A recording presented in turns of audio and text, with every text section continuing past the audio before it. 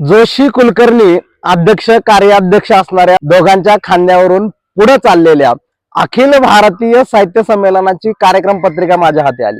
ती वाचताना त्यामध्ये अनेक दिग्गज मराठी साहित्यिकांची नावं आहेत, ज्यांनी शेकडो पुस्तकं लिहिली, मराठीला योगदान दिलं आणि त्यामध्ये अभिजात मराठीचा डंका आणि त्यावरती चर्चा अशा अनेक कार्यक्रम आखलेले आहेत। त्या कार्यक्रम पत्रिकेमध्ये कुठल्या अखिल भारतीय साहित्य संमेलनाच्या कार्यक्रम पत्रिकेमध्ये चेअरमन या इंग्रजी शब्दाला पर्यायी मराठी शब्द या आयोजक आणि इतक्या दिग्गज साहित्यिकांना सापडला नाही, हे माझ्यासारख्या एका मराठी माध्यमाच्या जिल्हा परिषदेच्या शाळेत शिकलेल्या विद्यार्थ्याला खूप कौतुकाचं वाटलं।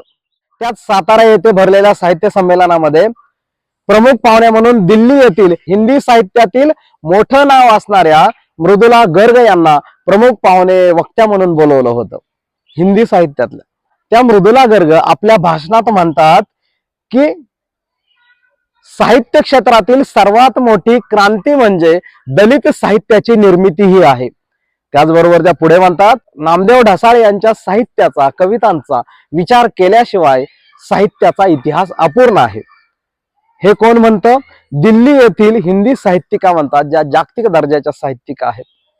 आणि मग दुसऱ्या दिवशी आपले मराठी साहित्य संमेलनाचे अखिल भारतीय अध्यक्ष विश्वासराव पाटील हे आपल्या भाषणामध्ये ते नेमकं पारावर बोललेत का साहित्य संमेलनाच्या अध्यक्ष म्हणून बोललेत हे मला आणखीन खरं तर कळलेलं नाहीये, ती मी माहिती घेतोय। ते असं म्हणतात की कुलकर्णी जोशी यांनी पाटलाच्या नावाची शिफारस संमेलनाचा अध्यक्ष म्हणून करावी आणि बिघडलेला गाव जर ताळ्यावर आणायचा असेल, ठिकाणावर आणायचा असेल, तर त्यासाठी जोशी, कुलकर्णी आणि पाटील ही युती झाली पाहिजे।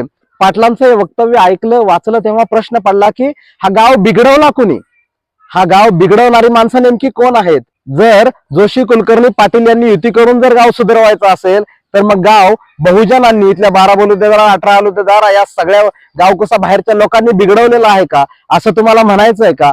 तुम्ही ह्याच्यावरती स्पष्टीकरण दिलं पाहिजे। एवढंच नाही तर आज समाज माध्यमावर काही ठिकाणी पाटील म्हणतात की तो एक विनोदाचा भाग होता। अखिल भारतीय साहित्य संमेलनात विनोद करण्यासाठी जर अध्यक्ष नेमायचे असतील तर हास्य जत्रा आणि हास्य जत्रेतले कलाकार ह्यांचा नंबर आधी लागेल, साहित्यिक त्यांच्या नंतर येतील।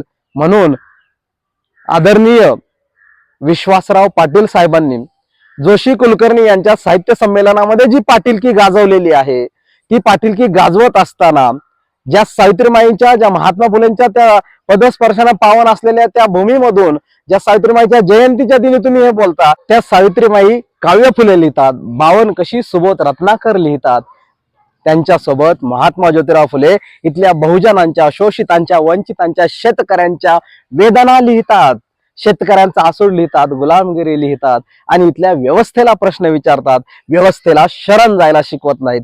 त्यांच्या जयंती दिनी तुम्ही जोशी, कुलकर्णी आणि पाटलाच्या युती दाखवून महाराष्ट्राला नेमकं कोणतं चित्र दाखवत आहात